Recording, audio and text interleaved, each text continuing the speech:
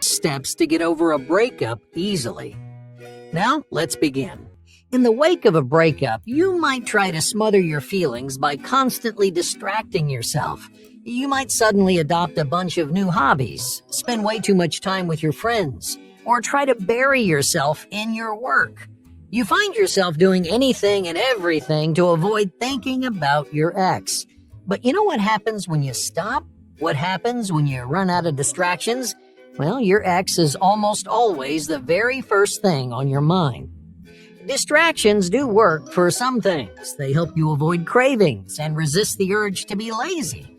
But when it comes to relationships, there's one big problem. When you distract yourself, you aren't actually processing your grief. You're just running away from the issue. It's no different than stuffing those negative feelings way deep down.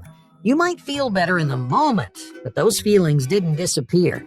They'll slowly but surely rise back to the surface because you never tried to reconcile what went wrong.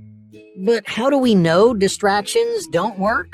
Well, breakups are so specific and diverse that they can be a challenging subject to study. In other words, distractions won't help you move on from your past relationships.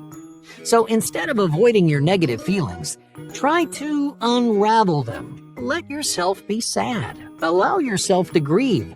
It helps to sit down with a friend or family member and really hash it out. Try your best to get to the root of the breakup and what you're worried about moving forward.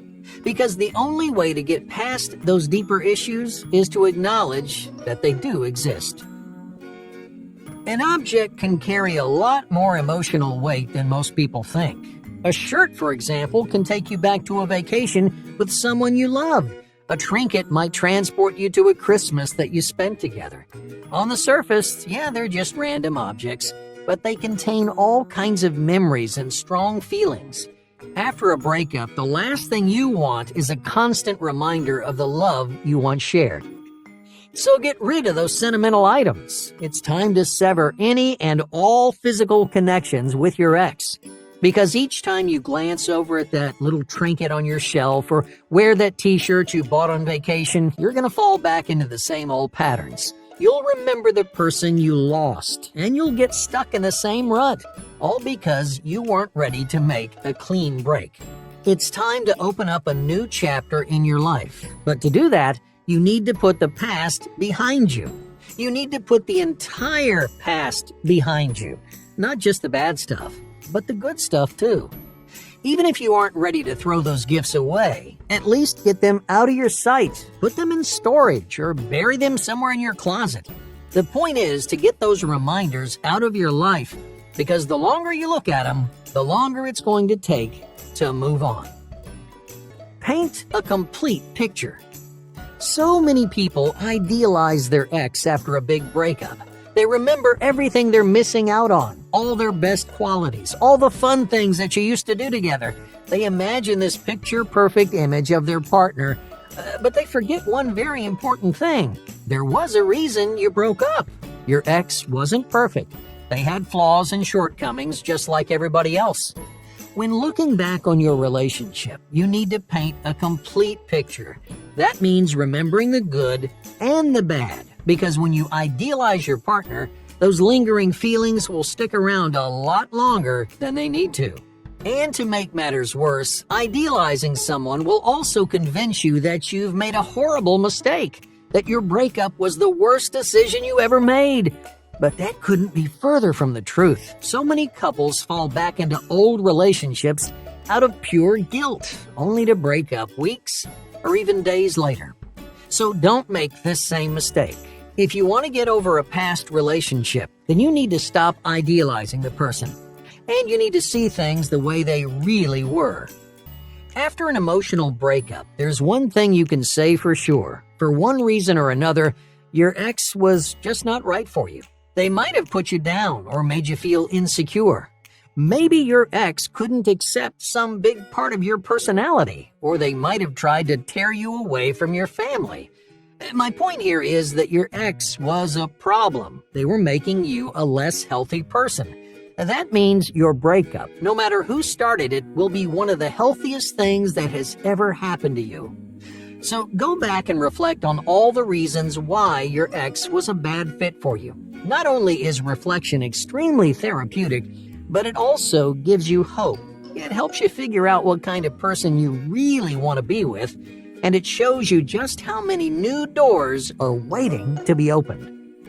After a breakup, your sleep schedule often takes a turn for the worse. Either you sleep too little, trimming your usual 8 hours down to a measly 5 or 6, or you sleep way too much and feel perpetually tired throughout the day.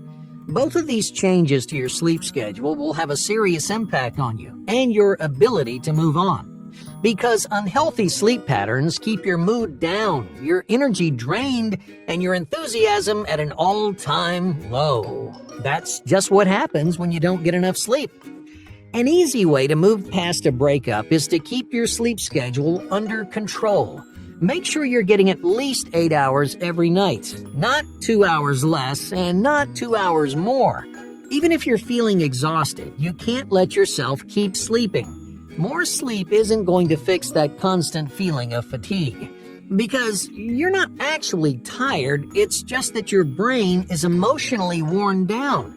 Since the breakup, it's been overwhelmed by stress and strong emotions. So your brain is going to have trouble getting started like it normally does. That's why the best thing you can do is stick to a balanced sleep schedule and to force your brain to follow suit. If you can keep that up, you'll have a much easier time getting back to normal. Your sleep schedule isn't the only routine that flies off the rails. Good habits like eating healthy and exercising regularly tend to fall by the wayside. Why? Well, because it's hard to feel motivated and disciplined after a breakup.